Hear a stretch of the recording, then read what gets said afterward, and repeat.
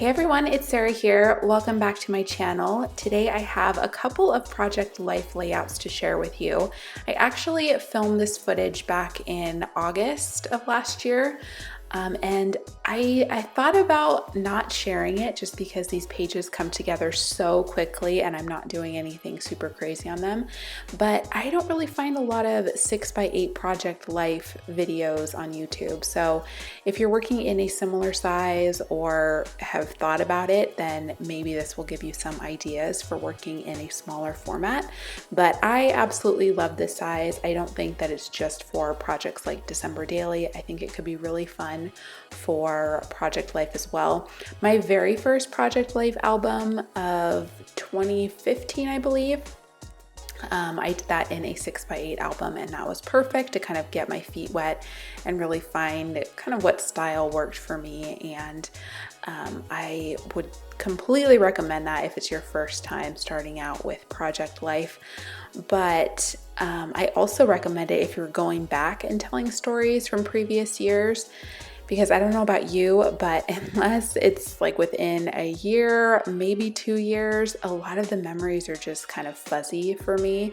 And so I want to include the photos in my album, but I just don't have a lot of journaling to do. And I find that this size just works really perfectly. So I can actually print out the pictures and I can get things into my album, but I don't have to worry about filling up those huge pages. So I'm using a couple of stamp sets for these two layouts. This one is all about music. It was designed by In a Creative Bubble for Studio Calico. And then I forget what the next stamp set that I'm going to use is, but I will link everything down in the description box below, including the documenter kit I was using here. So if you have any questions about that, go ahead and look down there. And I'm just kind of decorating this 4x6 card. I just layered that rock on stamp right on top of Oh Yeah. I'm not completely sure if all these cards are from the same documenter kit. They might have been older Project Life cards, but I'll see what I can find and link it up. But it was just a really fun stamp set to play around with. I was documenting the Elton John concert that we saw back in 2013 when we saw him in Las Vegas. He is such an awesome performer, and I don't know if his farewell tour is over. I think it might be over now, which is really sad, but we were lucky enough to see him near us for his farewell tour as well. And I've seen a lot of concerts, and to be honest, like his concerts were definitely two of my very favorite. So I'm very happy that we were able to see that.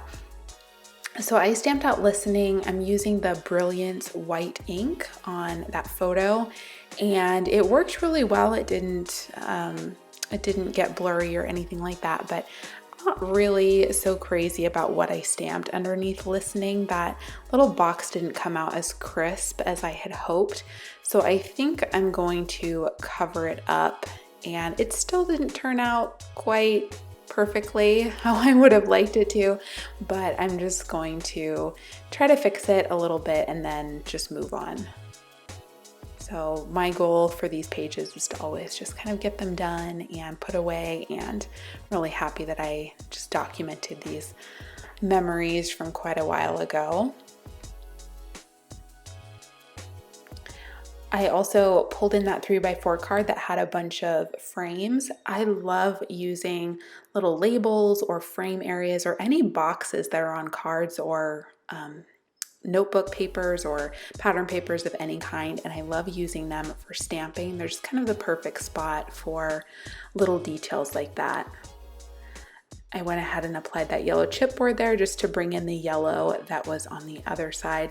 I don't really use a lot of yellows, so this was a little bit different from what I usually do, but it was fun to kind of switch things up and tie in some of the yellow inks and some of that.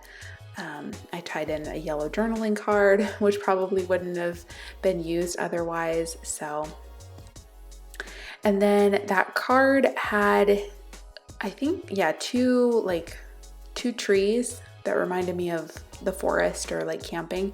So I just covered those up using some white cardstock and stamped some microphones there and just kind of customized it that way. And that worked out perfectly.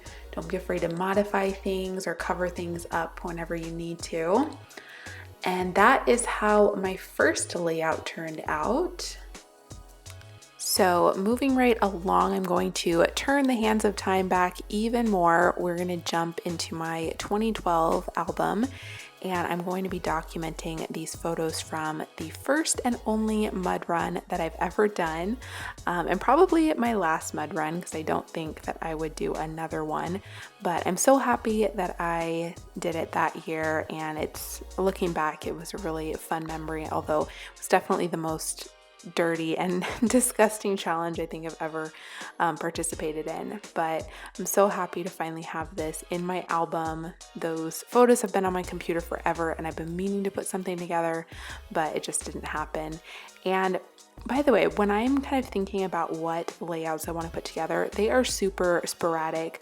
I usually let the theme of a documenter kit or a stamp set theme really kind of move me in the direction of what I want to document. So if there's a travel themed stamp set, then I will go back to a prior trip, or Studio Calico has started releasing some state and city stamps, so I'm trying to document some things using those.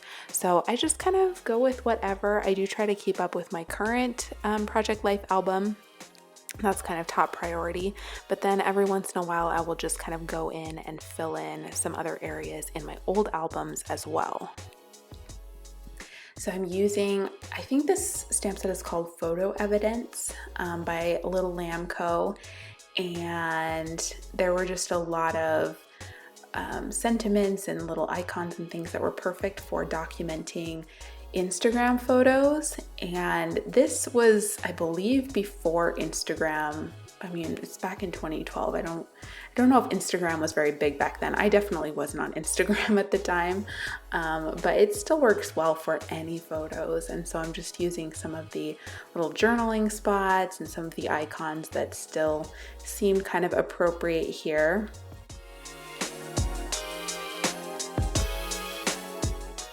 So for this mud run, I didn't really have a ton of photos. Obviously, I couldn't really take my camera with me. I didn't want to risk getting it dirty on the run. So I didn't have a ton of photos. I just had kind of a before and after photo. So I went online and I also printed out that logo from the mud run.